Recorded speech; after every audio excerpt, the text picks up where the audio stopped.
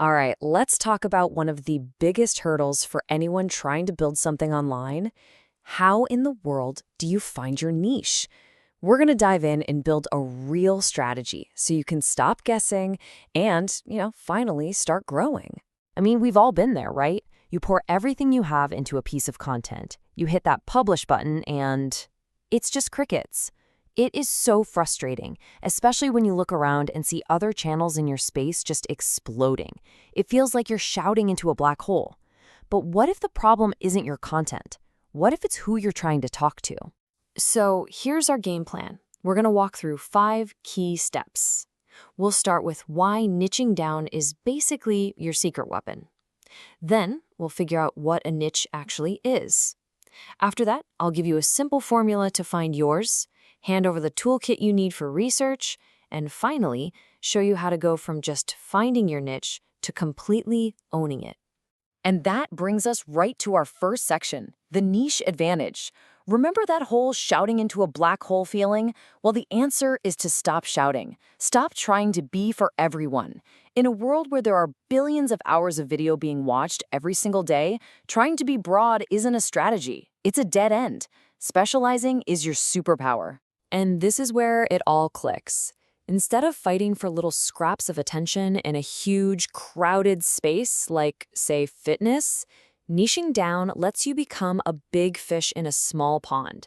So think bar yoga for postpartum moms. All of a sudden, you have less competition, you attract this super dedicated audience that feels like you're talking directly to them, and you build your authority way, way faster. It's all about working smarter, not harder. Okay, so we get why we need a niche, but what exactly is one? I mean, that word gets thrown around all the time. So in this next part, let's just demystify it and figure out how to define your little corner of the internet. At its heart, a niche is just a specific group of people that you can help. It's not just a topic, it's an audience. You can think of the internet as this giant attention market, right? Where people are spending their time and their focus. Your niche is a little sub-market inside of that, a community of people all gathered around one shared problem or passion. But here's the thing, not all niches are created equal. You've got these established markets, like Minecraft or productivity. They're huge, but they are incredibly saturated. Then you have declining markets, which you want to avoid. The real opportunities, the absolute gold mines, are what we call rising and hidden markets. These are places where people are desperate for content, but there just aren't enough creators making it. That is your sweet spot. So how do you find one of those gold mines? Well, that is exactly what this next section is for. We're going to break down the golden niche formula. It's a really simple but super powerful framework that combines 3 key things to help you find a niche that isn't just cool but is actually sustainable. First up, passion. This has to be something you actually genuinely care about. Why? Because creating content is a marathon. It's not a sprint. If you're not really into your topic, you are going to burn out. And trust me, your audience will be able to tell from a mile away. Your passion is your fuel. Next, we've got expertise. Now hold on, don't let this word scare you off. This does not mean you need a PhD or that you have to be the #1 expert in the world. It just means you know more about this thing than the average person. This is what gives you credibility. It's the foundation that lets you bring real value to the table. And finally, the last piece of the puzzle, and honestly, it might be the most important, demand. Because let's be real, you can be passionate and you could be an expert, but if nobody is actually looking for what you're talking about, then it's just a hobby. There has to be an audience out there already searching for answers. So when you put it all together, this is the magic. Your golden niche isn't just one of these things. It's the sweet spot right in the middle where your passion, your expertise, and what people are actually looking for all overlap. When you find that, you found a path that's not just profitable, but one you'll actually enjoy walking down. Okay, we've got the formula. Now it's time to get our hands dirty. In this section, we're going to open up the research toolkit. I'm going to show you exactly how to use some simple, totally free tools to go out there and find and validate your perfect niche idea.